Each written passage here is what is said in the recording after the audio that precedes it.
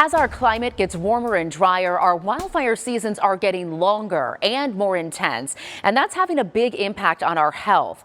Fine particles from wildfire smoke can drift hundreds, if not thousands of miles downwind from the fire, causing eye, lung, and throat irritation, asthma attacks, and breathing problems, even worsening the effects of heart disease and leading to premature death. Now, the severity of our Arizona wildfire season varies greatly from year to year, but since the 1980s, we've seen an overall average increase in the amount of acreage burned. And so far in 2021, we've seen over 540,000 acres burned. That includes our state's largest fire this year, the Telegraph Fire. At over 180,000 acres, that fire near Superior and Globe is now the sixth largest fire in Arizona state history. And to deal with the growing frequency of fires like those, Governor Doug Ducey pushing for more boots on the ground. Meteorologist Jorge Torres shows us how the Arizona Healthy Forest Initiative will not only rehabilitate our forest, but also rehabilitate those currently behind bars. I'm excited today to sign Senate Bill 1442, a key part of the Arizona Healthy Forest Initiative. In early March, Governor Ducey called the signing of this bill a step in the right direction to combat wildfires. It's going to be very beneficial, not only to us, because it will help us again with our project load, but it's beneficial to the state of Arizona. This piece of legislation creates a partnership known as the Arizona Healthy Forest Alliance, linking the Arizona Department of Forestry and Fire Management with the Department of Corrections. 700 inmates from prisons across our state working to remove thousands of acres of fire-prone vegetation, significantly reducing the size and severity of wildfires over the course of 2 years. This is just going to obviously cast a wider safety net across the state for us. The $24.5 million proposal looks to protect the most vulnerable areas while allowing those serving time an opportunity to learn new skills and possibly a job waiting for them once they've served their sentence. We know these programs work because we have hand crews now where we have inmates that are on these fuel suppression crews. I was on the Perryville fire crew when I was in prison.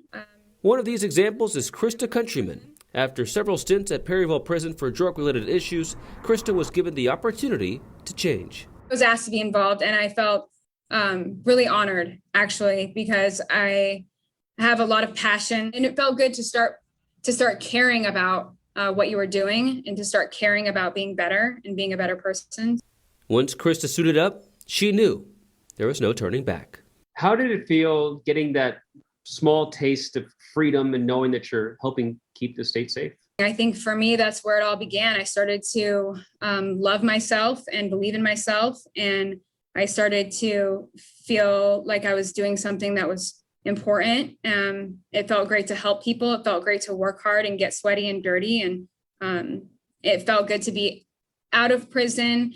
Out of prison and now working for the state of Arizona, Chris has been given another chance to contribute to society, but most importantly for her, being there for her daughter. The biggest thing about my life today is that I'm a good mom and that I have my daughter back and that I live what some would think a normal life, but for me, it's all new and exciting, and I'm super grateful and blessed. I think that she's proud. And she hopes that those who follow in her footsteps can turn their life around too. If you're willing to work hard and you're willing to make a change and you're willing to be honest with yourself, that anything is possible. For Impact Earth, Jorge Torres, ABC 15, Arizona.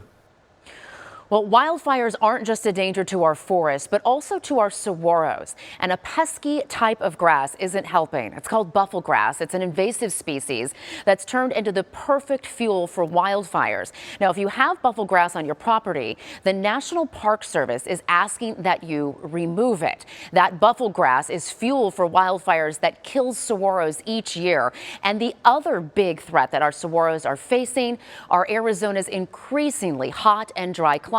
Up until now, it's really been the perfect environment for saguaros. But as it gets hotter and as it gets drier, it seems there's even a limit as to what the saguaro can handle.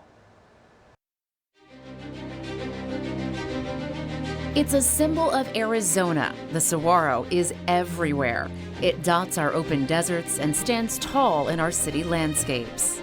Adapted to withstand heat and drought, it expands and contracts like an accordion to store enough water to make it through extended periods without rain. But this drought we're in now has been too long for some of them to handle. Everybody thinks of cacti as these great desert plants, but if you desiccate, if you don't give any water to a cactus, it shrivels up and dies. They're very good at using very small amounts of water, but if there's no water for a long period of time, they don't do so well. Larry Venable is with the Desert Laboratory on Tumamoc Hill. For over 100 years, scientists there have studied saguaros. Their growth and decline ebbs and flows, but we're now seeing more impacts as our deserts are taken over by our expanding cities. Most saguaro decline is probably caused by urbanization and just human activities, agriculture and building, gentrification of the desert. He says many of the saguaros transplanted into our urban landscapes are dead on arrival. They're cut off roots, cutting off their chance of survival in that new location.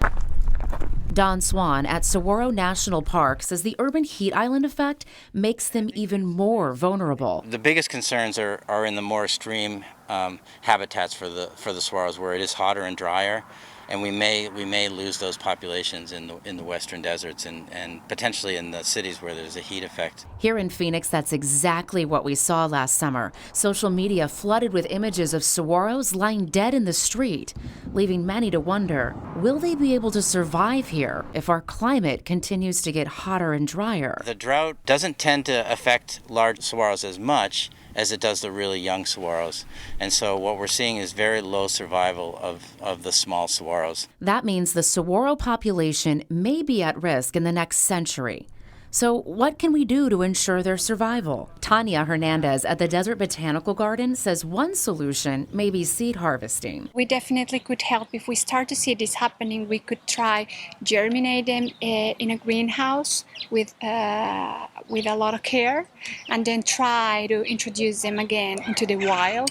It would definitely also help if you can water your saguaros in town if you have one. Perhaps not watering more often, but more deeply, so let water get into the soil and reach the roots. That would help them. The challenge for us in addressing this issue is that saguaros operate on a different time scale.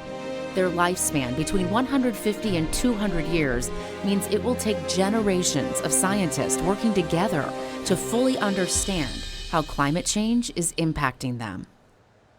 Well, that does it for our ABC 15 streaming special on Impact Earth. Thank you for watching.